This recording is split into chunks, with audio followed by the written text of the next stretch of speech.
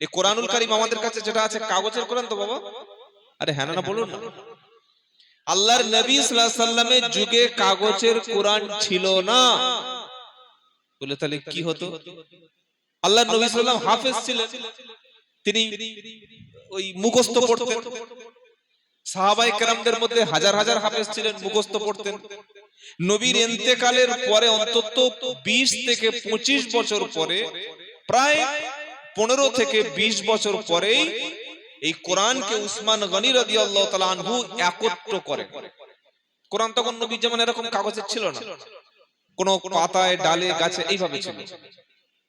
তাহলে এই যে কোরআনুল কারীম আসমানে ছিলেন, লৌহে মাহফুজে ছিলেন, আল্লাহর একটা সুরক্ষিত জায়গা।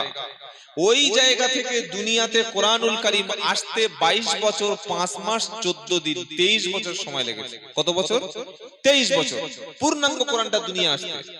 এবার বলুন 6666টি বাক্য বা আয়াত বা সেন্টেন্স, এটা আসতে 23 বছর সময় লাগলো। আসমান থেকে প্রথম দুনিয়াতে যে কথাটি আল্লাহ পাঠালেন, যে শব্দটা পাঠালেন, যে বাক্যটা পাঠালেন, প্রথম যে বাক্যটা পৃথিবীতে আমাদের জন্য পাঠিয়েছিলেন, ওই কথাটা কি ছিল বলেন? নিশ্চয়ই অনেকে জানেন কথাটা কি ছিল। ইয়েস, ইকরা, মানে পড়ো। ইকরা মানে কি? জোরে বলেন, পড়ো। আর কোরআনুল কারীম, এই যে কোরআন বলি না আমরা, কোরআন কোরআন বলি কি বলি না? কোরআন বলি। কোরআনের প্রচুর নাম আছে, হুদা, বুশরা, ফুরকান, যিকির, নূর, তানজিল, প্রচুর নাম আছে। এমনি জেনারেলি আমরা কোরআন বললেই চিনি, কিন্তু এই কোরআন শব্দের অর্থ হচ্ছে যে মানে পড়া। কোরআন শব্দের অর্থ কি? পড়া। শুধু বেশি যে কিতাবটার নাম পড়া তার নাম হচ্ছে কোরআন। এবার বলুন, আল্লাহ যে আমাদেরকে পড়তে বলেছিলেন, আসমান থেকে প্রথম যে পড়ার হুকুম এলো, আমরা যারা মুসলমান ধর্ম পালন করি, আমরা অধিকাংশ মুসলমান শুনে শুনে ধর্ম পালন করি না পড়ে পড়ে ধর্ম পালন করি? বলুন। আল্লাহু আকবার বলে নামাজ পড়ে পাশের লোক যা করছে ওটাই করছে। কি রে ভাই, আসরের নামাজ একটা লোক পড়ছে 4 রাকাত, এও 4 রাকাত, তা আপনি জানবেন না আসরের নামাজটা? একটা লোক ওযু করছে, এও ওযু করছে, সে পানি গালে দিয়ে ফেলে দিয়েছে, এ খেয়ে নিয়েছে। কেন? দেখে দেখে চালাচ্ছে। আল্লাহ তো ধর্ম দেখে দেখে করতে বলে নাই। আল্লাহ প্রথম পৃথিবীতে কি বললেন? ইকরা বিসমি রাব্বিকাল্লাযী খালাক। একদম 30 পারা সূরা আলাক খুলুন, প্রথম 5টা আয়াত আছে। খলাকাল ইনসানা মিন আলাক ইকরা রাব্বুকাল আকরাম আল্লাযী আল্লামা বিল কলম আল্লামাল ইনসানা মা লাম ইয়ালাম। সুবহানাল্লাহ পড়ে। এই 5টি বাক্য ছিল আসমান থেকে নবীর উপরে প্রথম পাঠানো শব্দ। বলুন সুবহানাল্লাহ। আল্লাহ প্রথমে বললেন মুসলমানকে পড়ো, অথচ সবচাইতে পড়াশোনা শিক্ষা দীক্ষায় বর্তমান পিছিয়ে মুসলমানেরা। অথচ পৃথিবীর জমিনে সর্বপ্রথম ইউনিভার্সিটি তৈরি করেছিল কারা? মুসলমান নারী, তার নাম হচ্ছে ফাতিমা। 750 খ্রিস্টাব্দে সর্বপ্রথম মুসলমান মহিলা পৃথিবীর প্রথম ইউনিভার্সিটি এই মুসলমানরা তৈরি করেন। আপনারা গুগল চ্যাট জিপিটিতে এখনই সার্চ করে দেখে নিতে পারেন, প্রথম ইউনিভার্সিটি বিশ্বের মধ্যে মুসলমানরা তৈরি করেছিল। কিন্তু আমরা এখন কোথায়, কেন পিছিয়ে এসেছি? ওই আল্লাহর একটাই কথা খালি ভুলে গিয়েছি। কোন কথাটা? পড়তে বলেছিলেন আল্লাহ। আল্লাহ বলেছিলেন পড়ো, আমরা পড়াশোনাকে পাত্তাই দিইনি, গুরুত্ব দিইনি। আল্লাহ পড়তেই বলেছিলেন, অন্তত নিজের ধর্মটা তো পড়বো। আমার আগে ইমাম সাহেব ইমাম হুসাইন রাদিয়াল্লাহু তাআলা আনহুর কারবালার ইতিহাসটা তুলে ধরছিলেন, খুব সুন্দর করে তিনি আপনাদের বোঝাচ্ছিলেন। এবার বলুন, একটা ছেলে অ আ ক খ জানে না, এ বি সি ডি জানে না, আ বা তা সা জানে না, তাকে যদি ক্লাস 9 বা ক্লাস 8 এর বই পড়তে দেওয়া হয়, ওই ক্লাস কিছু বুঝতে পারবে? ইমাম সাহেব তিনি পড়াশোনা করে, গবেষণা করে, রিসার্চ করে, স্টাডি করে, মুতালা করে যে কারবালার ঘটনাটা বলছিলেন। এখন একটা মুসলমান কুফা কি জানে না, তারেক বিন জিয়াদকে জানে না, উবাইদুল্লাহ বিন জিয়াদকে জানে না, কে ইমাম হোসেন শুধু এতটুকু জানে, হযরত আলীকে জানে না। এই যুবকের সামনে ইমাম যে এত কষ্ট করে পড়াশোনা করে গবেষণা করে কথাটা বলছেন, কি বলছে ইমাম শুনে চলে। তাই এর জন্য আমাকে ইতিহাস পড়তে হবে, এর জন্য আমাকে কারবালার ইতিহাসটা পড়তে হবে। আপনি বই কিনুন, আপনি পড়াশোনা করুন। পড়াশোনা ছাড়া বিকল্প জাতির বাঁচার রাস্তা নাই। কথা মনে থাকবে ইনশাআল্লাহ, কথা মনে থাকবে ইনশাআল্লাহ। কারবালার সঠিক ইতিহাস তুলে ধরতে গেলে একদিনের আলোচনা নাই, মিনিমাম একটা মাস আলোচনা করতে হবে, তবে প্রেক্ষাপটটা বুঝবেন। আপনারা সবাই বাংলা পড়তে পারেন, বাংলা একটা বই কিনুন, অনলাইনে ডাউনলোড করে তত পড়ুন। আল্লাহ যেন আমাদের বোঝার তৌফিক দান করে, সকলে বলুন আল্লাহুম্মা আমিন। যত রকমের ইবাদত সব আরবিতে, কোন ইবাদত বাংলায় নেই। আপনি যদি মনে করেন বাংলায় নামাজ পড়বো, আল্লাহ সবচেয়ে বড়, নামাজ হবে তো? হবে কি? রুকুতে গিয়েছেন, উঠে সামি আল্লাহু লিমান হামিদা, আপনি বলছেন যে ব্যক্তি আল্লাহর প্রশংসা করে আল্লাহ শুনতে পায়, নামাজ হবে? হবে। এই যে আমরা আরবি বলি, নামাজ পড়ি আরবিতে, কিন্তু কি যে পড়ি এইটুকু যদি আমরা না বুঝি, তাহলে নামাজের মধ্যে তো মন আমাদের বসবে না, আর নামাজ পড়ার পরে জুতো চুরি বন্ধ হবে না। ভাই ভাইয়ের জমির আল ঠেলে খায়, একে অপরের সম্পত্তি দখল করে, নামাজ পড়েও মিথ্যা বলে, নামাজ পড়েও লটারির টিকিট কাটে, নামাজ পড়েও জেনা করে, নামাজ পড়েও গীবত করে, নামাজ পড়েও প্রতিবেশীকে কষ্ট দেয়, এরকম লোক আপনাদের এলাকায় কেউ একটাও নাই। নাই, সব আল্লাহর ওলি, দেখে মনে হচ্ছে। এগুলো কেন হয়? নামাজে যেটা আমরা পড়ি ওটা বুঝি না। সারা জীবন আমরা সূরা ফাতিহা পড়েছি, ফজর, জোহর, আসর, মাগরিব, ঈশা, বক্তব্য বোঝার জিনিস। এই 5 ওয়াক্ত নামাজে টোটাল 17 রাকাত ফরজ নামাজ আছে। কত রাকাত? 17 রাকাত। 17 রাকাত নামাজের মধ্যে ইমাম পড়া আর আমরা পড়ি 17 বার সূরা ফাতিহা পড়তেই হবে। ইমাম সাহেব যদি পড়া তা তো পড়তেই হবে। এছাড়া আরো 12 রাকাত সুন্নাতে মুআক্কাদা আছে। এছাড়া আরো 3 রাকাত বিতির আছে। তাহলে 12 রাকাত সুন্নাত আর 3 রাকাত বিতির 15। 15 আর 17 কত? 32। আপনি নফল ছেড়ে দিন, সুন্নাতে গায়র মুআক্কাদা ছেড়ে দিন, শুধু ফরজ আর ওয়াজিব আর সুন্নাতটা যদি কেউ আদায় করে, এই 32 বার সূরা ফাতিহা তাকে পড়তেই হচ্ছে। কতবার? 32 বার। 50-60 বছর নামাজ পড়েছে, কপালে এরকম বড় দাগ আছে, হাঁটুতে বড় বড় দাগ, মসজিদ থেকে বার হচ্ছে, সালাম দিয়ে জিজ্ঞাসা করছে, চাচা নামাজ তো পড়ে বার হলেন? ইয়াকা না'বুদু ওয়া ইয়াকা নাস্তাইন, এটার মানে কি বলবো? তখন দাড়ি চুলকে বলছে, মানেটা ইমাম সাহেব জানে। কে জানে? মানেটা কে জানে? ইমাম সাহেব জানে। মানে ইনি যে 50 বছর নামাজ পড়েছেন, আল্লাহর সামনে দাঁড়িয়েছেন, এই মানেটুকু শেখার চেষ্টা করেন। আপনারা সবাই তো মোটামুটি জানেন ইয়াকা না'বুদু ওয়া ইয়াকা নাস্তাইন মানে জানেন তো? কি জানেন? হয়তো আমরা আপনাদের জানাতে পারি। এটার অর্থ হলো আল্লাহ শুধু তোমারই ইবাদত করি, তোমারই কাছে সাহায্য চাই। একদম বাংলা শব্দ, তোমারই ইবাদত করি আর তোমার কাছেই সাহায্য চাই। তো আমি যে গজলের আকারে যেটা বলছি, এটা অনেকে গজল ভাবছেন, কারণ আমরা মৌলবীরা এটাই করি। প্রথমে উঠে একটা আরবি ভূমিকা দিয়েই একটা লম্বা গজল ধরলাম, ব্যাস ওখানে 15 মিনিট সময় পার হয়ে গেল। সময় হয়ে গেলে তো জানি আমার মানে ডিউটি কি আছে। এইভাবে জাতিকে উপকার করা যায় না। প্রত্যেকটি সময় আমরা কাজে লাগাবো বলি ইনশাআল্লাহ। আমি আপনাদের অনুরোধ করব, যারা নামাজ পড়েন বা আগামীতে পড়বেন, নামাজের সূরাগুলি, নামাজের দোয়াগুলি বাংলা উচ্চারণ এখন প্রত্যেকটি ঘরে ঘরে বই আছে, এগুলি অন্তত বাংলার উচ্চারণটা অনুবাদটা কি আছে একটু দেখে নেবেন। কি হবে তাহলে? আপনি নামাজ পড়তে দাঁড়িয়েছেন, নামাজ পড়ছেন, কোন সূরা? ধরুন সূরা কুরাইশ পড়ছেন বা সূরা কাউসার পড়ছেন। ইন্না আ'তাইনাকাল কাউসার ফাসাল্লি লিরাব্বিকা ওয়ানহার ইন্না শানিআকা হুয়াল আবতার। এটা পড়ছেন আর মনে মনে করছেন দোকানটা তো খোলা হলো না, কি হবে এই সময়টা, খুব ভুল হয়ে গেল, মনে মনে বলছেন।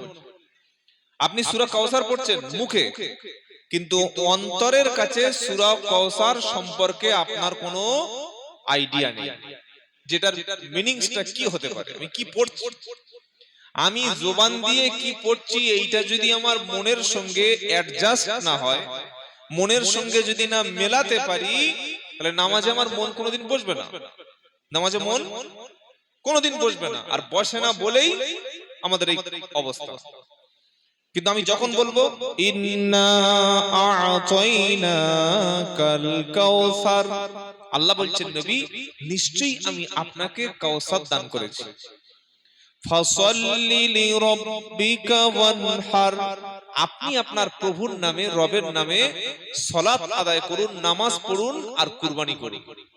ইন্না শানিআকা হুয়াল আবতার, নিশ্চয়ই আপনার দুশমন যারা, আপনার শত্রু যারা, তারা নির্বংশ, তাদের কোনো বংশ থাকবে না।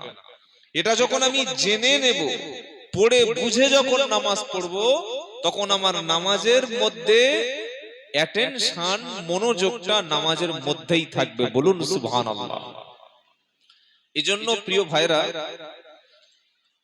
কোরআনুল কারীমের মধ্যে 6666টি আয়াত আছে, খুব ভালো করে লক্ষ্য করুন। 6666টি বাক্য আছে, এর মধ্যে 82 বার আছে নামাজ পড়ো বা নামাজ কায়েম করো, 52 বার আছে যাকাত দাও, হজের কথা আলোচনা আছে, রোজার কথা আলোচনা আছে, হাজার হাজার আয়াত আছে।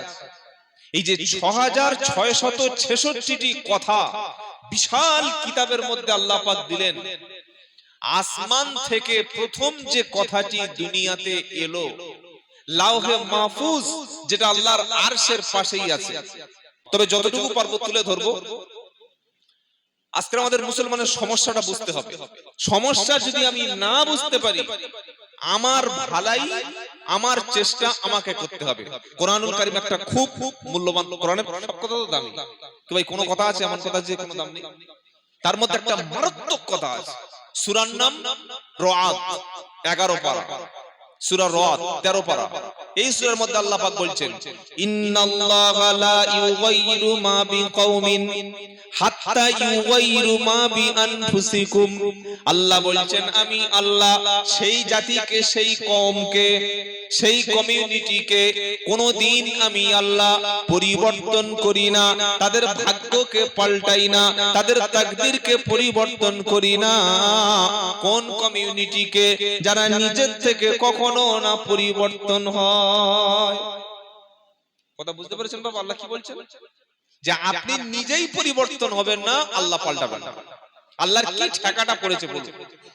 হোটেলে গিয়েছেন, হোটেলের সামনে দাঁড়িয়ে ভাবছেন চিকেন খাবো, মাটন খাবো, বিরিয়ানি খাবো না ফিশ খাবো, ভাবছেন, ভাবতে ভাবতে 1 ঘন্টা হয়ে গেছে, খিদেতে পেট জ্বলছে।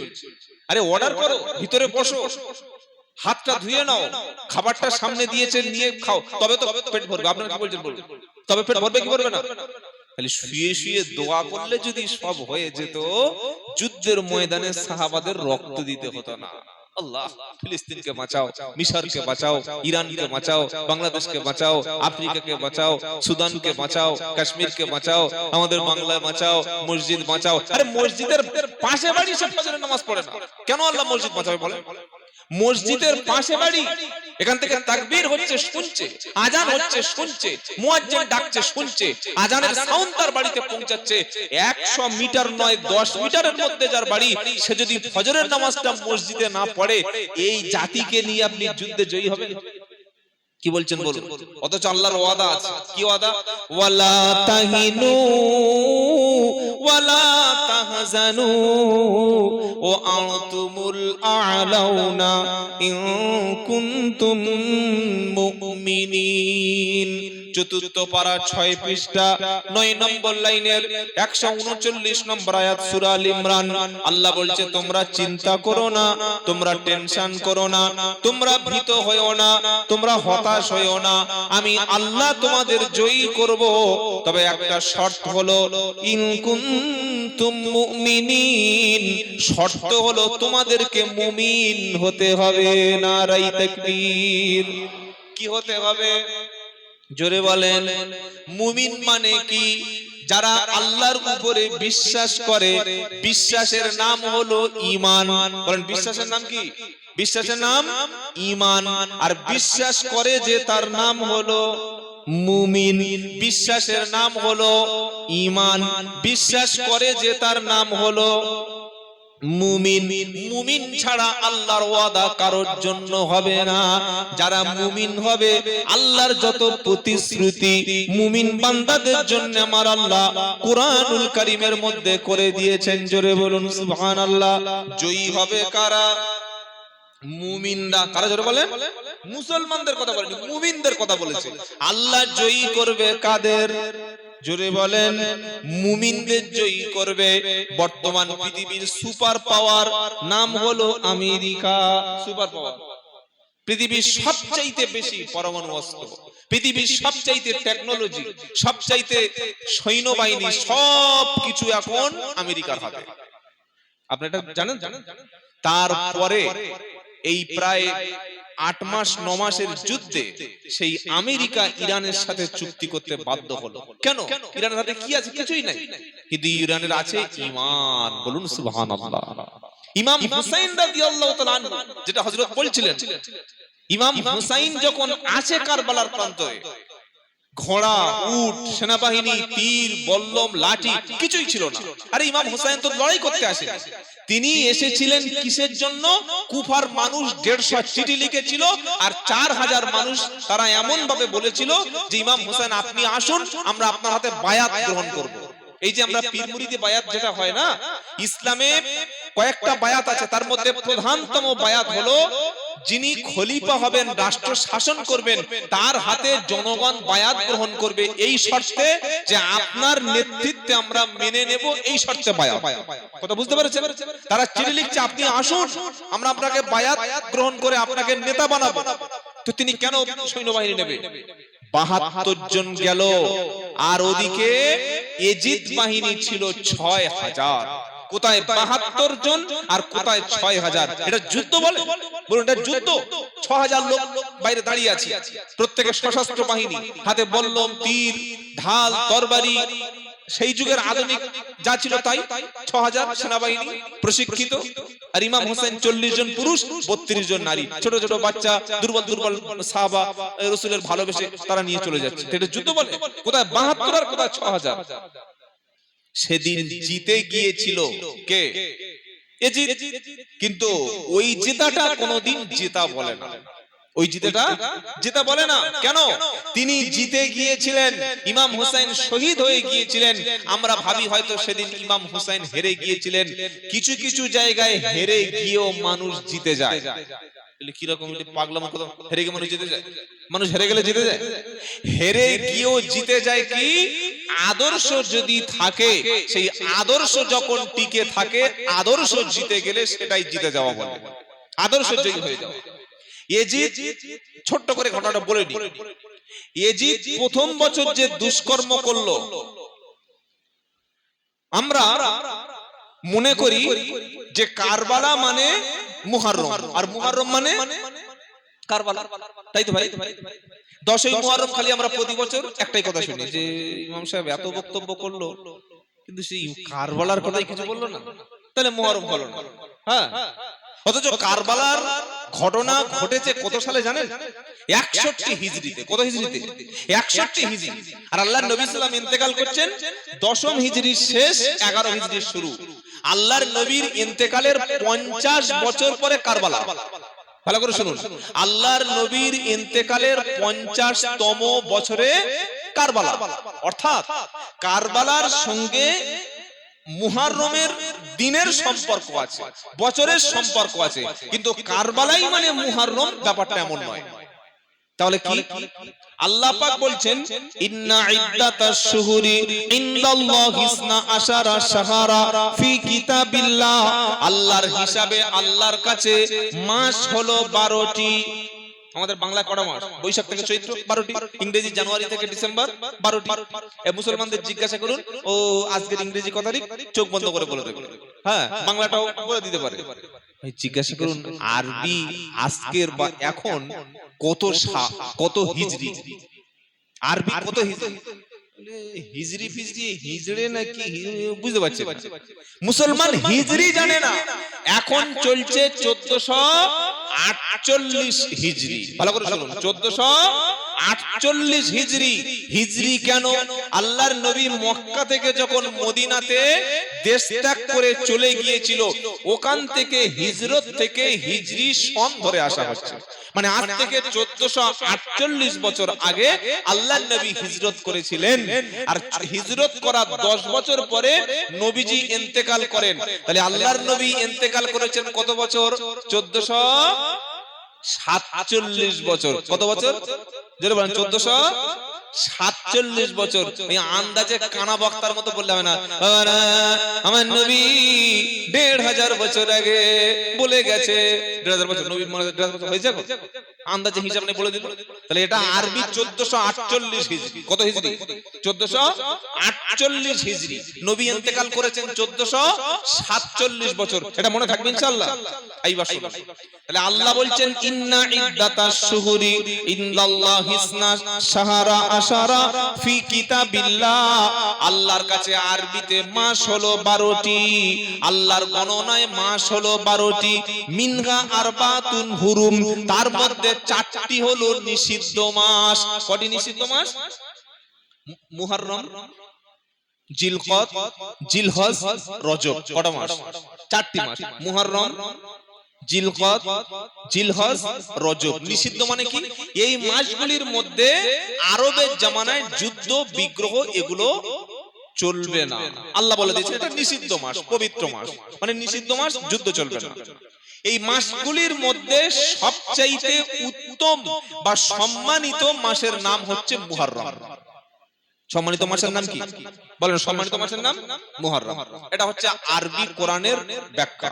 এবার একটা হাদিস শুনুন, মুসলিম শরীফের হাদিস। আল্লাহর নবী সাল্লাল্লাহু আলাইহি ওয়াসাল্লাম বলছেন, রমজানুল মুবারকের মাসের পরে, ভাই আমার কথা বুঝতে অসুবিধা হচ্ছে কারো? রমজানুল মুবারক মাসের রমজানের রোজার পরে সবচাইতে গুরুত্বপূর্ণ রোজা হলো এই 10ই মুহররম বা আশুরা রোজা। বলুন সুবহানাল্লাহ। রমজানের পরে সবচাইতে পবিত্র মাস মুহররম, আর পবিত্র মাসের মধ্যে সবচাইতে গুরুত্বপূর্ণ রোজা কোন দিন? 10ই মুহররম বা আশুরার রোজা। এটা মুসলিম শরীফের হাদিস। দ্বিতীয় আরেকটা হাদিস শুনুন। আরেকটা হাদিস হলো, এই যে আমরা রোজা রাখি না, রোজা অনেকে রেখেছি, আগামীতে রাখবো, বা গতকাল রেখেছিলাম, দুটো রোজা রাখার কথা। এই যে রোজা রাখলে ফজিলতটা কি? আল্লাহর নবী সাল্লাল্লাহু আলাইহি ওয়াসাল্লাম বলছেন, আহতাসিবা, আমি নবী আশা করি, বা আমি নবী আশা করছি, যে ব্যক্তি এই আশুরা বা মুহররমের রোজা রাখলো, আল্লাহ তাআলা তার পূর্বের জীবনের 1 বৎসরের গুনাহগুলি তিনি maaf করে দেবেন। সুবহানাল্লাহ। এখন বলবেন না, সকালের দিকে বলবেন? কি ভাবছেন? জোরে বলুন। পূর্বের জীবনের 1 বৎসরের গুনাহ maaf হয়ে যাবে। এটা মুসলিম শরীফের হাদিস। তাহলে কটা হাদিস পেলাম? 2টি। 3 নম্বর হাদিসটা শুনুন। আল্লাহর নবী সাল্লাল্লাহু আলাইহি ওয়াসাল্লাম মক্কা থেকে মদিনায় হিজরত করে গেছেন, গিয়ে দেখছেন যে ইহুদিরা তারা রোজা রেখেছে। শুধু মুসলমানরা রোজা রাখে না, ইহুদিরাও রোজা করে। ইহুদিরা তারা রোজা রেখেছে। তো আল্লাহর নবী বলছেন, আরে তোমরা রোজা করছো, তোমরাও রোজা করছো? তারা বললে, ইয়া রাসূলুল্লাহ বা মুহাম্মদ সাল্লাল্লাহু আলাইহি ওয়াসাল্লাম, ইহুদিরা বলল আমরা রোজা রেখেছি কি জন্য জানো? বললো কি জন্য? বললে আজকের দিন, অর্থাৎ আজকের দিন এই 10ই মুহররম দিন, এই দিনে আল্লাহ সুবহানাহু ওয়া তাআলা তিনি অত্যাচারী ফেরাউন জালিমের হাত থেকে মুসা নবী এবং তার সাথীদেরকে মুক্তি দিয়েছিলেন। আমাদের নবী মুসা, ইহুদিরা বলছে আমাদের নবী মুসা যেহেতু তিনি মুক্তি পেয়েছিলেন ফেরাউনের হাত থেকে আশুরার দিন 10ই মুহররমের দিন, এজন্য মুহররমের এই 10ই মুহররমকে কেন্দ্র করে মুসা নবীর মুক্তির উদ্দেশ্য আমরা রোজা রেখেছি। এই রোজাটা কাদের রোজা? বলেন কাদের রোজা? ইহুদিদের রোজা। আল্লাহ নবী সাল্লাল্লাহু আলাইহি ওয়াসাল্লাম কি বললেন? সাহাবাদের বললেন, শোনো, ইহুদিরা যে একটা রোজা রেখেছে, আগামী বছর আমি নবী যদি বেঁচে থাকি তাহলে হয় 9 অথবা 10 অথবা 10 অথবা 11 এই দুটি রোজা আশুরায় রাখতে হয়। মুহররমের একটা রোজা রাখতে নাই। কেন নাই? যেহেতু ইহুদিরা তারা একটা করে রোজা করে। এবং এটাও নবীজি বললেন এই রোজা 1 বছরের পূর্বের গুনার কাফফারা হয়ে যায়। বলুন সুবহানাল্লাহ। তাহলে মুহররম থেকে কুরআন এবং হাদিসের আলোকে স্পেশাল কিছু আমল আমরা পেলাম। আমল শুনলেন না? শুনলেন না? এছাড়া খুব ভালো করে শুনুন, হাক্কানি আলেমদের জিজ্ঞাসা করবেন, আমার কথা শুনে আমল করবেন না, হাক্কানি আলেমদের জিজ্ঞাসা করে আমল করবেন। এছাড়া নামাজ শিক্ষার বই থেকে আরো বিভিন্ন বই থেকে অনেক বানোয়াট কিছু লেখা আছে যে কিছু দান করলে সারা বছর আল্লাহ বরকত দেবে, এই এত রাকাত নামাজ, এই গোসল করা, এই যে উল্টো পাল্টা আজে বাজে আজগুবি কথা, এগুলো শরীয়তে কোনো ভিত্তি নেই। যেহেতু সাহাবায়ে কেরাম যে আমল করেন নাই, নবীজি সাল্লাল্লাহু আলাইহি যে আমলের ব্যাপারে উৎসাহ দেয় নাই, সেই আমলটা আমাদের জন্য সুন্নাহ সম্মত না। কথা মনে থাকবে, যারা রোজা রেখেছেন আগামীতে হয়তো একটা রাখবেন, দুটো করে রোজা, এই হচ্ছে আমল। এবার চলুন, আসলে মুহররম মাস আসলে, মুহররম হচ্ছে আরবি বছরের প্রথম মাস, মুহররম আসলে আমাদের কারবালার কথাটা মনে পড়া স্বাভাবিক। এবং এই কারবালা আমাদেরকে কি শিক্ষা দেয়, বা এর থেকে আমি শিক্ষাটা কি নেব? আমরা যারা মুসলমান নিজেকে দাবি করি, আপনারা যে এই আমার ভাই আব্দুর রহিম ভাই আছেন, বা আপনারা যারা আছেন, ইমাম সাহেব আছেন, পয়সা কম বেশি সবাই দিয়ে এখানে একটা এসেছেন, দোয়ার মজলিস, কিছু একটা আলোচনা হবে, আপনারা এসেছেন, প্রত্যেকের সময়ের দাম আছে। আমিও বাড়ি থেকে এসেছি কষ্ট করে, আমার একটা সময়ের দাম আছে। তো এই যে এতগুলো মানুষ এসেছেন বা বসেছেন বা কিছু সময় দিচ্ছেন মসজিদের মধ্যে, টাকাও খরচ করেছেন, এটার আমাদের উদ্দেশ্য আছে না উদ্দেশ্য নেই? যারা চুপচাপ আছেন এমনি উদ্দেশ্য ছাড়া নাকি? হ্যাঁ, উদ্দেশ্য আছে না নেই? উদ্দেশ্যটা কি? আমরা কিছু শিখবো, কিছু শুনবো, কিছু আমল করব, আর আমাদের জীবনটা পরিবর্তন করব, আমাদের জীবনটা পরিবর্তন করব ইনশাআল্লাহ বলে। তো আজকের আমাদের যে আদর্শটা শুনবো, যে আদর্শটা আমরা গ্রহণ করব, ইমাম হুসাইন রাদিয়াল্লাহু তাআলা আনহু তার আদর্শে যেন ইয়াং সোসাইটি, যুব সমাজ চলতে পারে, সেইটুকুর ব্যাপারে আমি কয়েকটা কথা আপনাদের সামনে বলবো। আমা তাওফিকি ইল্লা বিল্লাহ, বলি ইনশাআল্লাহ, বলি ইনশাআল্লাহ। আজকের যুব সমাজ যদি দিন থেকে গাফেল হয়ে যায়, যুব সমাজ যদি ইসলাম থেকে দূরে সরে যায়, যুব সমাজ যদি মসজিদ থেকে দূরে সরে যায়, যুব সমাজ যদি আল্লাহর ঘর থেকে দূরে সরে যায়, এই সমাজকে কোনো মতে আপনি ভালো বানাতে পারবেন না। কারণ ইমাম হুসাইন ছিলেন বৃদ্ধ মানুষ না যুবক মানুষ? জোরে বলেন। যুবক, শুধু যুবক নয়, ইমাম হাসান এবং ইমাম হুসাইন রাদিয়াল্লাহু আনহুমা দুজনেই হলেন জান্নাতের যুবকদের সর্দার। জোরে বলুন, কিসের সর্দার হবে? জান্নাতের যুবকদের সর্দার হবে। এবং ইমাম হাসান এবং হুসাইন তারা এত আল্লাহর পেয়ারা ছিলেন, তারা নবীর সাহাবাও ছিলেন। সুবহানাল্লাহ বলেন। তারা নবীর কি ছিলেন? সাহাবা। যেহেতু নবীকে দেখেছিলেন আর ঈমান নিয়ে ইন্তেকাল করেছিলেন, এই সাহাবারা সকলে হলেন জান্নাতি। জোরে বলুন, কোথায় লেখা আছে? ওয়াস-সাবিকুনাল আউয়ালুনা মিনাল মুহাজিরিনা ওয়াল আনসার ওয়াল্লাযীনা তাবাউহুম বিইহসান রাদিয়াল্লাহু আনহুম ওয়া রাদু আনহু ওয়া আ'আদ্দা লাহুম জান্নাতুন তাজরি তাহতাহাল আনহার খালিদিনা ফিহা আবাদা যালিকাল ফাওজুল আযীম। 11 পারা দ্বিতীয় পৃষ্ঠা প্রথম লাইনের 100 নম্বর আয়াত সূরা তাওবা।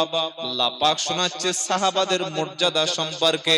ওয়াস-সাবিকুনাল আউয়ালুনা মিনাল মুহাজিরিনা ওয়াল আনসার ওয়াল্লাযীনা তাবাউহুম বিইহসান।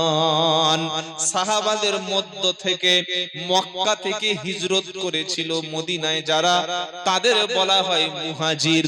আর মদিনার যে সাহাবারা জান মাল ঘর দিয়ে বিবি বাচ্চা সবকিছু দিয়ে সাহাবার মক্কা থেকে আগত সাহাবাদের সাহায্য করেছিল যারা, আনসার সাহাবী হলো তারা।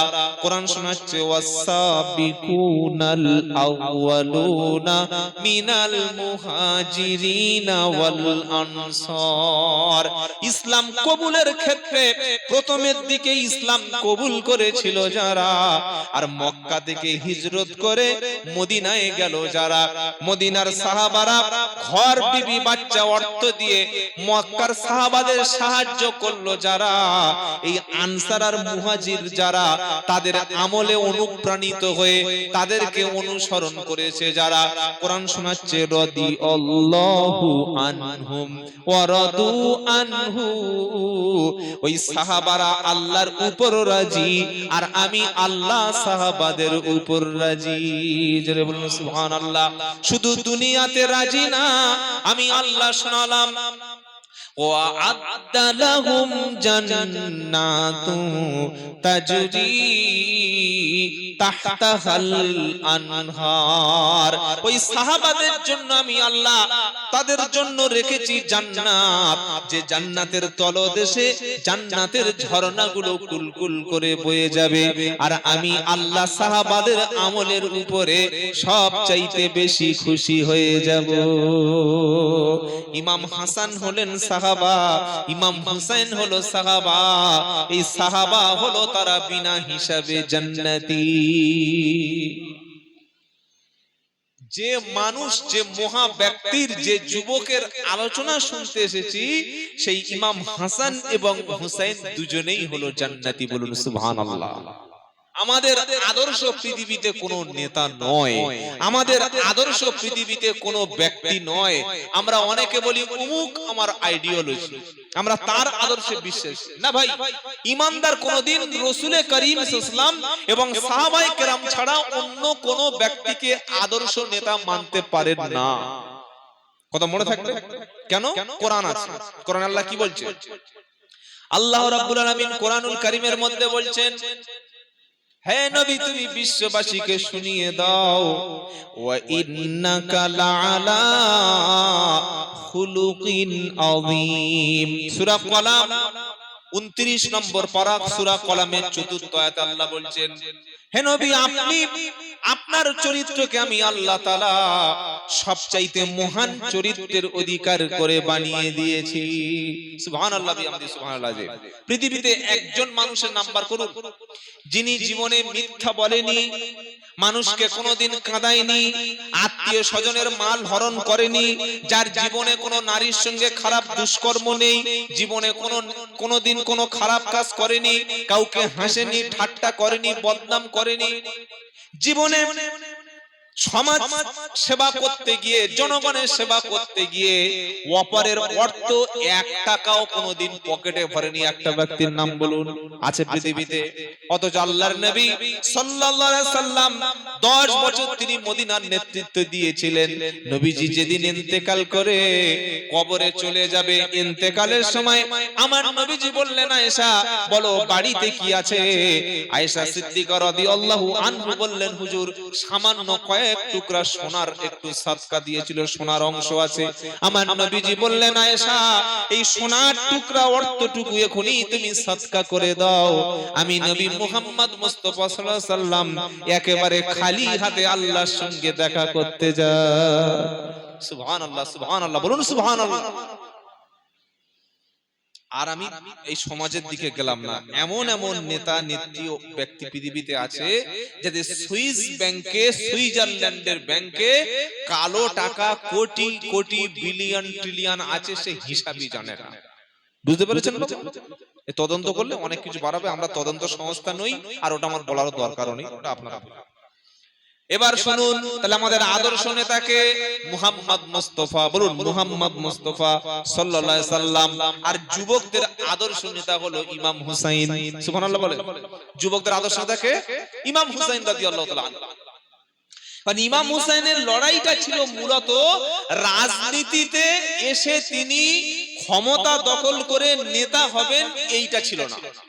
অনেক মানুষ ইমাম হুসাইনের কথাটা শুনে মনে করে যে ইয়াজিদ তো খলিফা হয়ে গিয়েছিল, তার আব্বা মুয়াবিয়া ইন্তেকালের পরে তিনি তো খেলাফত পেয়ে গিয়েছিলেন, তো ইনি মক্কা থেকে কয়েক শত কিলোমিটার দূরে সেই ইরাকের কুফা কি দরকার ছিল গিয়ে নেতা হওয়া? এটা প্রশ্ন আসতে পারে, কি আসতে পারে না? আসতে পারে কি পারে না? যে ইমাম হুসাইন তার দরকারটা কি ছিল? তিনি তো নবীর নাতি, তো তার দরকার কি ছিল তিনি কুফায় গিয়ে ক্ষমতা নেওয়ার? আল্লাহর কসম করে বলছি, কোন মুসলমান যদি ভুল ইতিহাস চর্চা করে এরকম মনে করে যে ইমাম হুসাইন রাদিয়াল্লাহু তাআলা আনহু কুফায় গিয়েছিল ক্ষমতা দখল করতে, নেতা হতে, খলিফা হতে, ও লোক সঙ্গে সঙ্গে বেঈমান হয়ে যাবে, সঙ্গে সঙ্গে ঈমান নষ্ট হয়ে যাবে। তিনি খলিফা নেতা হতে যাননি, বরং ইয়াজিদ মুয়াবিয়া রাদিয়াল্লাহু তাআলা আনহু সাহাবা, তার পুত্র ইয়াজিদ অগণতান্ত্রিক পদ্ধতিতে, স্বৈরতান্ত্রিক পদ্ধতিতে নেতৃত্ব দখল করে নিয়েছিল। তিনি এটার প্রতিবাদে এবং সাহাবাদের আহ্বানে তিনি গিয়েছিলেন। বলুন সুবহানাল্লাহ। আমরা যারা মুসলমান বা ঈমান এনেছি, যারা ইমাম হুসাইনকে ভালোবাসি, আমাদের প্রথম আদর্শ হলো মুহাম্মদ সাল্লাল্লাহু আলাইহি ওয়াসাল্লাম এবং যুবকদের আদর্শ ইমাম হুসাইন রাদিয়াল্লাহু আনহু। আর আমাদের মধ্যে একটা বিষয়ে থাকতে হবে যে আমরা কোনোদিন অন্যায় এর সাথে কোনোদিন আপোষ করব না। বলি ইনশাআল্লাহ। আমরা হকের সঙ্গে থাকবো, হকের পক্ষে থাকবো, আর বাতিল অন্যায় তাদের বিপক্ষে থাকবো। বলি ইনশাআল্লাহ। কোরআনুল কারীমের মধ্যে প্রায় 10টি আয়াত এরকম অ্যানালাইসিস করেছি। 10টি আয়াত আছে। কি আয়াত? যে তোমরা সৎ কাজ, নেক কাজ, ভালো কাজের পক্ষে থাকো, অন্যায়, অবিচার, জুলুম, নির্যাতনের বিপক্ষে থাকো। কথা বুঝতে পেরেছেন? কি বলেছি বুঝতে পেরেছেন? বলে হুজুর এরকম আয়াত আছে, ওয়ালতাকুম মিনকুম উম্মাতুন ইয়াদউনা ইলাল খায়র ওয়া ইয়ামুরুনা বিল মারুফি ওয়া ইয়ানহাউনা আনিল মুনকার ওয়া উলাইকা হুমুল মুফলিহুন। চতুর্থ পারা, দ্বিতীয় পৃষ্ঠা, 5 নম্বর লাইনের 104 নম্বর আয়াত, সূরা আল ইমরান। আল্লাহ পাক শোনাচ্ছে, ওয়ালতাকুম মিনকুম উম্মাতুন ইয়াদউনা ইলাল খায়র। উম্মত তুমি শুনে রাখো, আল্লাহ পাক শোনাচ্ছে উম্মত তুমি শোনো, নবীর উম্মত তোমরা শোনো, তোমাদের মধ্যে অবশ্যই অবশ্যই এমন একটা দল থাকবে, এমন একটা দল তোমাদের থাকবে, এমন একটা গ্রুপ তোমাদের থাকবে, এমন একটা সোসাইটি, কিছু ব্যক্তি তোমাদের মধ্যে থাকবে, ইয়ামুরুনা বিল মারুফ ওয়া ইয়ানহাউনা আনিল মুনকার, সৎ কাজের আদেশ করবে, অসৎ কাজের নিষেধ করবে। এটা আমার কথা না আল্লাহর কথা? বলেন। আল্লাহ বলছেন অবশ্যই অবশ্যই তোমাদের মধ্যে একটা গ্রুপ থাকবে, একটা সম্প্রদায় থাকবে যারা সৎ কাজের আদেশ করবে, অসৎ কাজের নিষেধ করবে। যারা সৎ কাজের আদেশ এবং অসৎ কাজের নিষেধ করবে, ওয়াউলাইকা হুমুল মুফলিহুন, তারাই হলো প্রকৃত সফলকাম ব্যক্তি, তারা জান্নাতি। বুঝতে পারলে তবে তো সুবহানাল্লাহ বলবো। বুঝতে পেরেছেন কি বলেছি? আল্লাহ বলছেন তোমাদের সমাজে একটা গ্রুপ, একটা কমিটি, তোমাদের সোসাইটির মধ্যে এমন কিছু ব্যক্তি থাকতেই হবে। তাদের কাজ কি? দুটো কাজ। কটা কাজ বলেন? কাজ কটা? দুটো। কি? একটা হচ্ছে ইয়ামুরুনা বিল মারুফ, সৎ কাজ ভালো কাজের আদেশ দেবে। আদেশ দেওয়া আর অনুরোধ করা দুটো কি এক? ও ভাই, ভাই গো মদ খেও না ভাই, ও ভাই দাড়ি ছেঁচো না ভাই, সুদ খেও না ভাই, বিড়ি খেও না ভাই, গাঁজা বেচো না ভাই, লটারির টিকিট কেটো না ভাই, ওই চলো না নামাজটা পড়ে নি ভাই, চলো ভাই চলো। এটা আদেশ? ওই এটা কি আদেশ? অনুরোধ। এটা কি? আদেশ নয়, অনুরোধ। আর এখানে আল্লাহ কি বললেন? আল্লাহ অনুরোধ করতে বলছেন না আদেশ? বলেন বলেন ভাই, কথা বুঝতে পারছেন না? বুঝতে পারছেন না? একটু খুলে বলবো। আল্লাহ আদেশ করতে বলছেন না অনুরোধ বলছেন? আদেশ। কি বলছেন? ইয়ামুরুনা বিল মারুফ, তোমাদের মধ্যে এমন একটা সম্প্রদায় থাকবে, এমন একটা দল থাকবে, সৎ কাজ ভালো কাজের আদেশ করবে। আদেশ কখন করতে পারে? যখন হাতে তার পাওয়ার থাকে। আচ্ছা, ইমাম সাহেব কোনদিন মসজিদে জুমার দিন বলতে পারবে আগামী জুমা থেকে, আগামী শনিবার থেকে এই এলাকায় কেউ সুদ খেতে পারবে না, মদ খেতে পারবে না, গেঁজা খেতে পারবে না, লটারির টিকিট কাটতে পারবে না, কেউ নামাজ কাজা করতে পারবে না, করলেই 1 মাসের জেল? এটা বলতে পারবে? ইমাম সাহেব কি বলবে? ভাই সুদ খাবেন না, কঠিন গুনাহ, মদ খাবেন না, মিথ্যা বলবেন না, শাস্তি। বলবে না? বলবে না? এটা বলতে পারি আমরা। কেন? আমাদের হাতে ক্ষমতা নাই, পাওয়ার নাই। কিন্তু ইসলাম যে কথাটা বললেন, আল্লাহ যে সার্বজনীন কথাটা বললেন, যে যখন তোমাদের হাতে আমি মুসলমানদের ক্ষমতা দেব, তোমাদের কমিউনিটির হাতে পাওয়ার দেব, তোমরা ক্ষমতায় গিয়ে প্রথম কাজটি করবে ভালো কাজের আদেশ করবে। বলুন সুবহানাল্লাহ।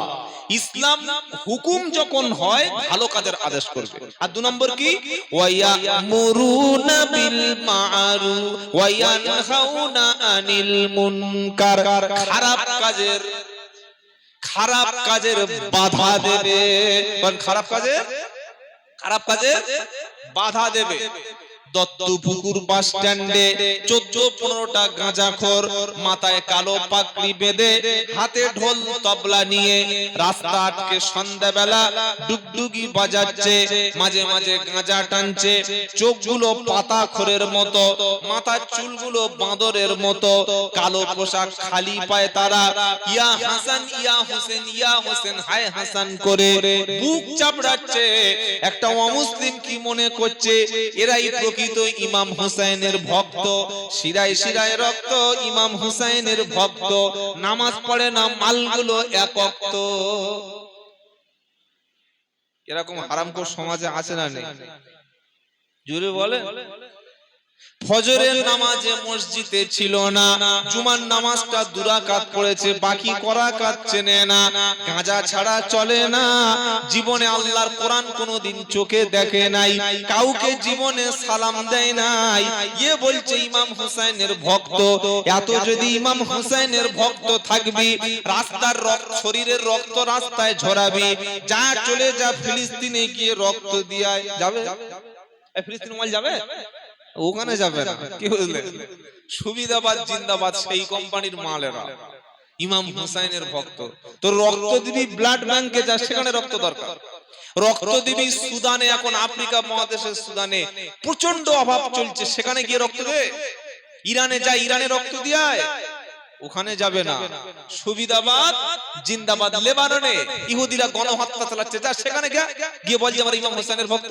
ইমাম হোসেন তো ৭২ জন গিয়ে ওই অন্যায় জালিমের সামনে ৬০০০-এর সামনে দাঁড়িয়ে মাথা উঁচু করে শির কেটে দিয়েছিল, মাথা নিচু করেনি। আর তুমি তো গাঁজা খেয়ে ফজরের নামাজ কাজা করে লুঙ্গি কোমরে বেঁধে দিয়ে পেশাব করে পানি না নিয়ে টুক টুক টুক টুক ঢোল বাজাচ্ছ আর বলছি ইয়া হোসেন ইয়া হোসেন। এটা হোসেনের ভক্ত হলো? আসলে যে বিরিয়ানি হচ্ছে, মিষ্টি তৈরি হচ্ছে, ওই মালগুলো খেয়ে ফাঁকা করবে বলে এই ধান্দা। কত বুঝতে পেরেছেন? ইমাম হোসেনের প্রকৃত ভক্ত হবে তারা, অন্যায় দেখলে প্রথমে জবান থেকে প্রতিবাদ করবে তারা। কোরআনুল কারীমে আরো কথা আল্লাহ বলছে, কুনতুম খায়রা উম্মাতিন উখরিজাত লিন-নাস তা'মুরুনা বিল মা'রুফি ওয়া তানহাউনা আনিল মুনকার। চতুর্থ পারা সূরা আল ইমরানের 110 নম্বর আয়াতে আল্লাহ বলছেন, কুনতুম খায়রা উম্মাম, তোমরাই বলে সবচাইতে উত্তম উম্মাত। জোরে বলুন। আচ্ছা, আমরা শেষ নবীর উম্মত তো? কোন নবীর উম্মত? আখেরি জামানার নবী। আমাদের পরে নবীও আসবে না, রাসূলও আসবে না। আমাদের আগে লক্ষ লক্ষ নবী চলে গেছে, তাদের উম্মত চলে গেছে। উম্মতে মুহাম্মাদি যতক্ষণ জান্নাতের সিঁড়িতে পা রাখবে না, অন্য কোন নবীর উম্মত জান্নাত চোখে দেখতে পাবে না। জোরে বলুন। অন্য কোন নবীর উম্মতের জন্য মসজিদ ছাড়া পৃথিবীতে নামাজের কোনো অধিকার ছিল না। আমরা ইচ্ছা করলে গাড়িতে নামাজ পড়তে পারি, বাজারে গেছি রাস্তার পাশে নামাজ পড়লে হয়ে যাবে, মাঠে নামাজ পড়লে হবে, ঘরের ছাদে নামাজ পড়লে হবে, প্লেনে নামাজ পড়লে হবে। কি ভাই ওয়াক্ত হয়ে গেছে? হবে না? হবে কি হবে না? যেখানে নামাজ পড়বেন নামাজ হবে। উম্মতে মুহাম্মাদির জন্য আল্লাহ গোটা পৃথিবীটাকে কবরস্থান আর কিছু নাপাক জায়গা ছাড়া গোটা পৃথিবীকে নামাজের জায়গা বানিয়ে দিয়েছে।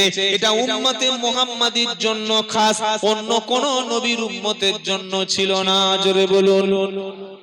৩ নম্বর হলো, পৃথিবীর অন্য কোন নবীর উম্মত কখনো ওযু ছাড়া নামাজ পড়তে পারতেন না।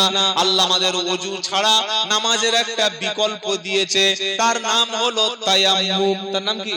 হ্যাঁ, অসুস্থ শরীর, প্রচন্ড ঠান্ডা, ডাক্তার পানিতে হাত দিতে মানা করে দিয়েছে, বা পানি নেই, পানি শেষ, এমন এক জায়গায় গিয়েছেন পানি নেই, সামান্য একটা ওই 500 মিলিলিটারের জলের বোতল আছে, ও খেয়ে নিলে আপনি আর ওযু করতে পারবেন না। কি করবেন? ওই পানি ওযু করে মরবেন না? ওখানে তায়াম্মুম আছে।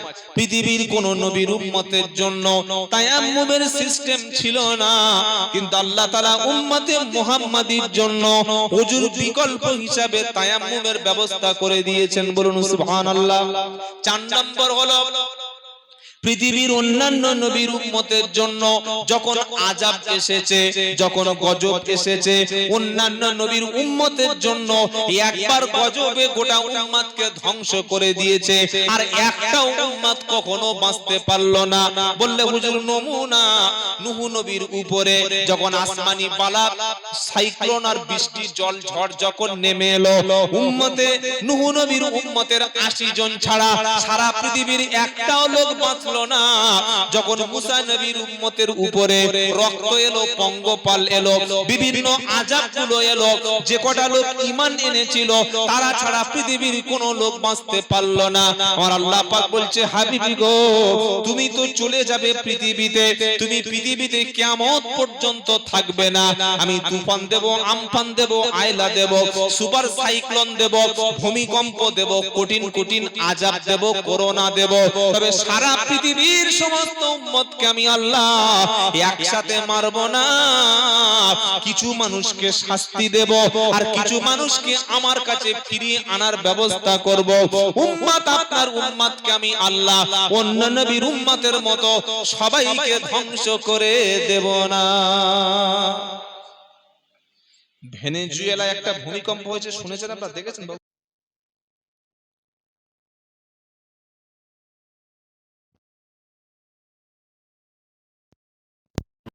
৩৭ থেকে ৩৯ সেকেন্ড, মিনিট নয়।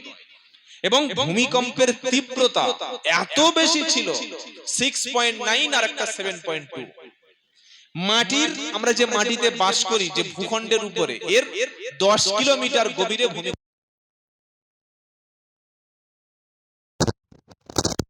বলি মাত্র 10 থেকে 5 সেকেন্ডের মধ্যে মাটির মধ্যে ধ্বংস হয়ে যাবে। কি হয়েছে আপনারা দেখেছেন? আল্লাহ তার রাসূলকে বলেছেন, হাবিব, অন্য নবীর উম্মতের মতো আমি আল্লাহ চেষ্টা করলে গোটা পৃথিবীর সমস্ত মানুষকে ভূমিকম্পে শেষ করে দিতে পারি, কিন্তু আপনার উম্মতের জন্য একটা স্পেশাল সুযোগ হলো যে আপনার উম্মতকে আমি একসঙ্গে ধ্বংস করব না। একবার জোরে বলুন না সুবহানাল্লাহ। একসঙ্গে ধ্বংস করব না, আমি সুযোগ দেব। এই যে এত মর্যাদা, এত শ্রেষ্ঠত্ব দিয়ে আমাদের জন্য এত সুযোগ দিল, অন্য কোন নবীর উম্মতের জন্য, ভালো করে শুনুন, অন্য কোন নবীর উম্মতের জন্য একটা রাতের আমল 20 বছরের সমান ছিল না, একটা রাতের আমল 1000 মাসের সমান ছিল না। আমরা নবী মুহাম্মদ নামের উম্মত, আমাদের প্রতি বছর একটা রাত আসে, যে রাতের একটা রাতের ইবাদত 1000 মাসের সমান। বলুন কোনটা? এই জানেন না কোনটা? শবে বরাত। অবস্থা হলো শবে বরাত। কোথায় বাড়ি সব শবে বরাত? ইন্না আনজালনাহু ফি লাইলাতিল কদর। এজন্য প্রথমে বলেছি কোরআন বুঝে পড়বেন। আল্লাহ বলছেন, হাবিব গো, নিশ্চয়ই আমি আল্লাহ, নিশ্চয়ই আমি আল্লাহ লাইলাতুল কদরের রাতে এই কোরআন নাজিল করেছি। ওয়ামা আদরাকা মা লাইলাতুল কদর। নবী আপনি জানেন লাইলাতুল কদরটা কি? আল্লাহ প্রশ্ন করছে। কেন প্রশ্ন করছে? এর মর্যাদাটা বেশি। এটা বলার পরে আল্লাহ বলছেন, লাইলাতুল কদরি খায়রুম মিন আলফি শাহর। আলফুন মানে 1000, শাহরুন মানে মাস। আল্লাহ বলছেন, নবী লাইলাতুল কদরি খায়রুম মিন আলফি শাহর। হে নবী শুনে রাখো, আপনার উম্মতের জন্য প্রতি বছর একটা করে রাত দেব, একটা করে রাত দেব। ওই একটা রাতের ইবাদত 1000 মাস অপেক্ষা বেশি নেকি তারা পাবে। কোন নবীর উম্মতের সুযোগ হবে যে একটা মাস, একটা রাতের ইবাদত 1000 মাস হবে? আর 1000 মাস মানে 82 বছর 4 মাস। 1000 মাস মানে 82 বছর 4 মাস। এটা উম্মতে মুহাম্মাদের জন্য সুযোগ। এই যে এরকম প্রচুর বলা যায়, প্রচুর এরকম বলা যায়। পৃথিবীর কোন নবী আল্লাহর সঙ্গে মিয়ারাজে যেতে পেরেছিল? বলেন, উত্তর দেন, পেরেছিল কি? এইসব মন খারাপ আমার দিকে তাকান, পেরেছিল? কোন নবীর পক্ষে মিয়ারাজে যাওয়া সম্ভব না। আল্লাহর নবীকে আল্লাহ মিয়ারাজে নিয়ে অনেক কিছু দেখিয়েছিলেন। 50 ওয়াক্ত নামাজ কমিয়ে 5 ওয়াক্ত নামাজ দিয়েছিলেন। আল্লাহ পাক বললে, হাবিব আপনাকে মিয়ারাজে আমি এনেছি, আপনার সামনে আমি কথা বলেছি, জান্নাত জাহান্নামের অনেক কিছু আপনাকে দেখিয়েছি হাবিব। তবে আপনার উম্মতের জন্য আমি আল্লাহ একটা সুযোগ দেব। ওই উম্মতকে আমি আল্লাহ দিনে 5 বার যখন আমার সামনে দাঁড়াবে, আমার সামনে দাঁড়াবে, আমি আল্লাহ মিয়ারাজে এনে হাবিব আপনাকে, আপনার সঙ্গে যেভাবে কথা বলেছি, আপনার উম্মত যদি নামাজে আসে, ওরা আপনার মতো আমার সামনে দিনে 5 বার কথা বলার সুযোগ দিয়ে দেব।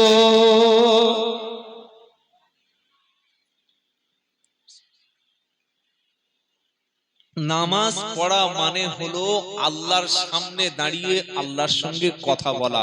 বলুন সুবহানাল্লাহ। আর কোরআন তেলাওয়াত করা, কোরআন পড়া মানে আল্লাহর সঙ্গে ডাইরেক্ট কথা বলা। সুবহানাল্লাহ বলবেন না? আল্লাহু আকবার। এটা কোন নবীর উম্মতের পক্ষে সম্ভব নয়, কোন নবীর উম্মতের পক্ষে সম্ভব নয় আল্লাহর সঙ্গে কথা বলা। মুসা নবী বলছে, আল্লাহ রব্বি আরিনি। মুসা নবী অত্যন্ত আবেগী ছিল। কি ছিলেন? আবেগী। তিনি বলছেন, রব্বি আরিনি, আল্লাহ আপনাকে দেখতে চাই। তো আল্লাহ বলছি, তো আশ্চর্য কথা, আমাকে দেখবে?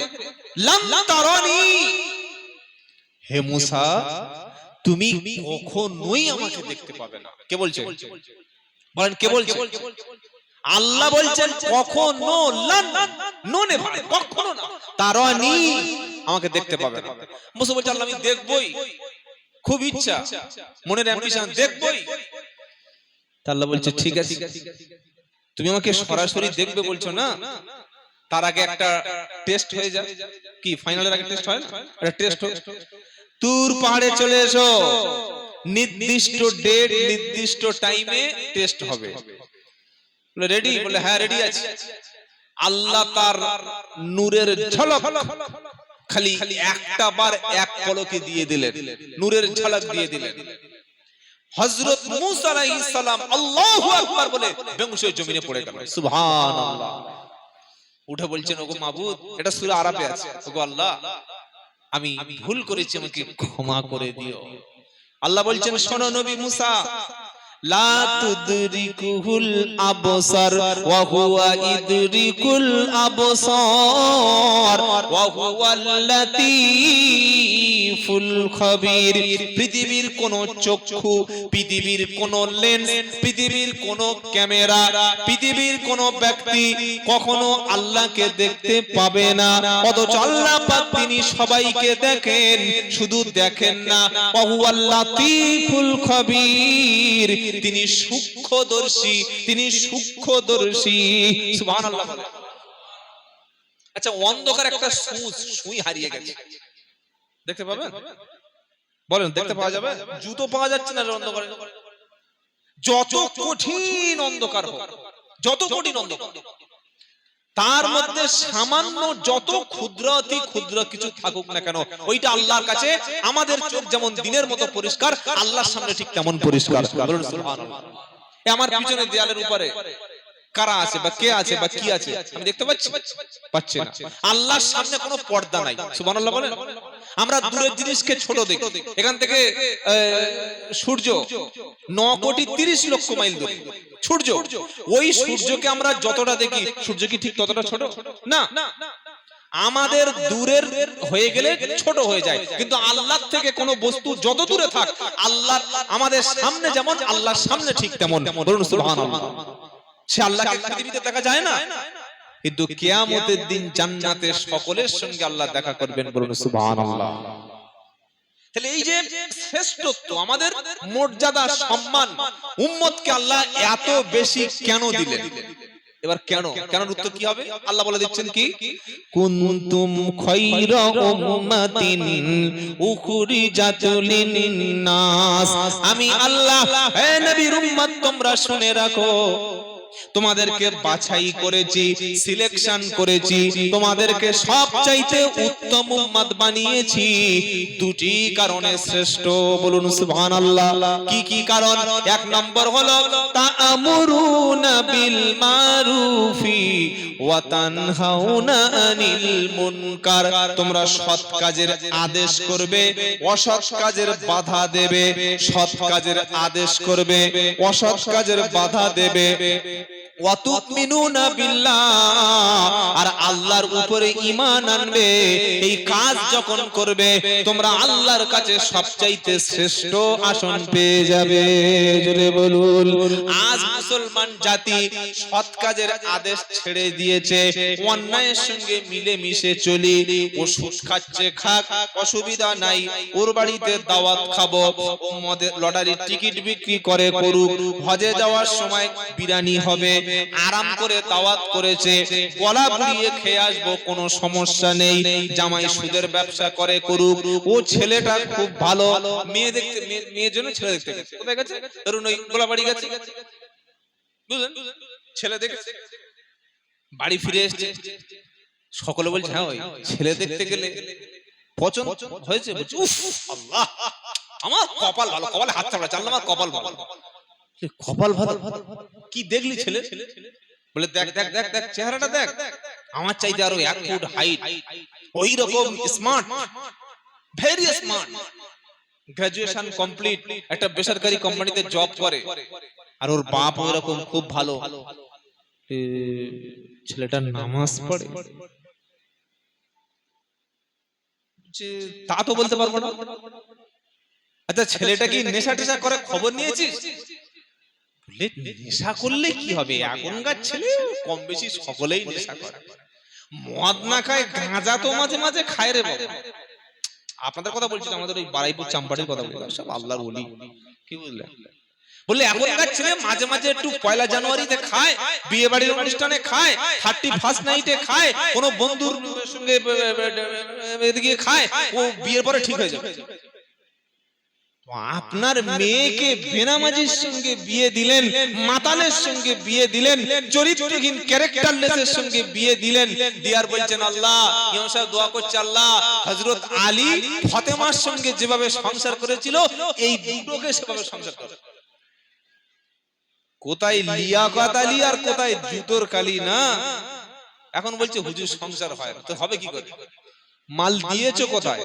বাবাজিরা, আল্লাহ ভাইরা, জ্ঞানী জনেরা, শুধু মানুষেরা, ন্যায় নিষ্ঠ মনেরা, তাহলে সৎ কাজের আদেশ আর অসৎ কাজের নিষেধ আমরা ছেড়ে দিয়েছি।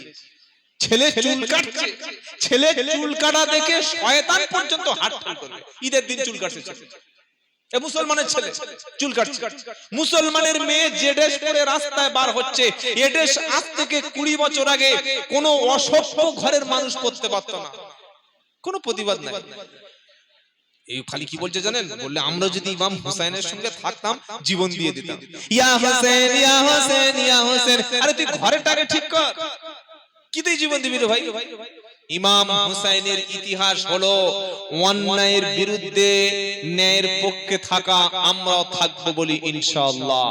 আপনি হয়তো সমাজ পাল্টাতে পারবেন না, সোসাইটির সিস্টেম চেঞ্জ করতে পারবেন না, কিন্তু নিজের পরিবারটা অন্তত পাল্টাবো। কি ভাই ইনশাআল্লাহ বলেন? নিজের পরিবারটা হেফাজত করব, করব কি করব না? আল্লাহ পাক বলেন ইয়া আইয়ুহাল্লাযীনা আমানু, খুব ভালো করে আয়াতটা শুনুন, কু আনফুসাকুম ওয়া আহলিকুম নারা ওয়া কুদুহান নাস ওয়াল হিজারা। 28 পারা 19 পৃষ্ঠা 14 নম্বর লাইনে 6 নম্বর আয়াত সূরা তাহরিম। ও ঈমানদারেরা, বিশ্বাসীরা, তুমি নিজে জাহান্নামের আগুন থেকে বাঁচো, তোমার পরিবারটাকে জাহান্নামের আগুন থেকে বাঁচাও।